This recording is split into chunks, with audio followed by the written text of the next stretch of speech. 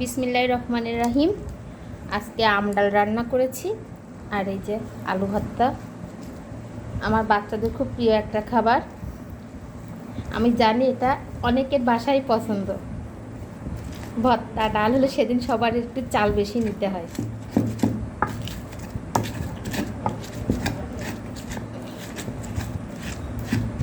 মাখিয়ে শুধু কাঁচামরিচ 2টা শুকনো ঝালও দিয়েছি ফ্লেভারের জন্য। আমার শুকনো ঝালের বিচিটা ভাজা ডালে পড়লে খুব ভালো লাগে খেতে ভর্তা।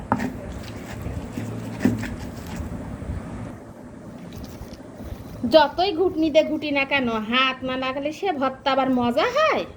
হাত দিয়ে ঘুটা বাঙালির স্বভাব, হাত দিয়ে ঘুটে নিয়ে আগে বাস ঘুটনি গিয়ে ঘুটছে সুন্দর করে হাত দিয়ে মাখাইয়ে যে ভর্তা খাবো সেই ভর্তার মজাই আলাদা। এবার একটু সরিষার তেল দেবো। লবণ আগের থেকে ভাজার সময় দিয়ে রেখেছি।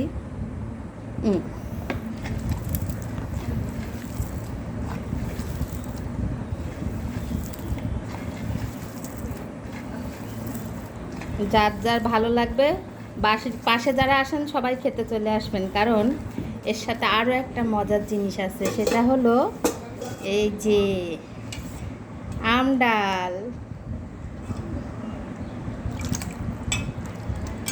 সবাই ভালো থাকবেন। শুভ দুপুর।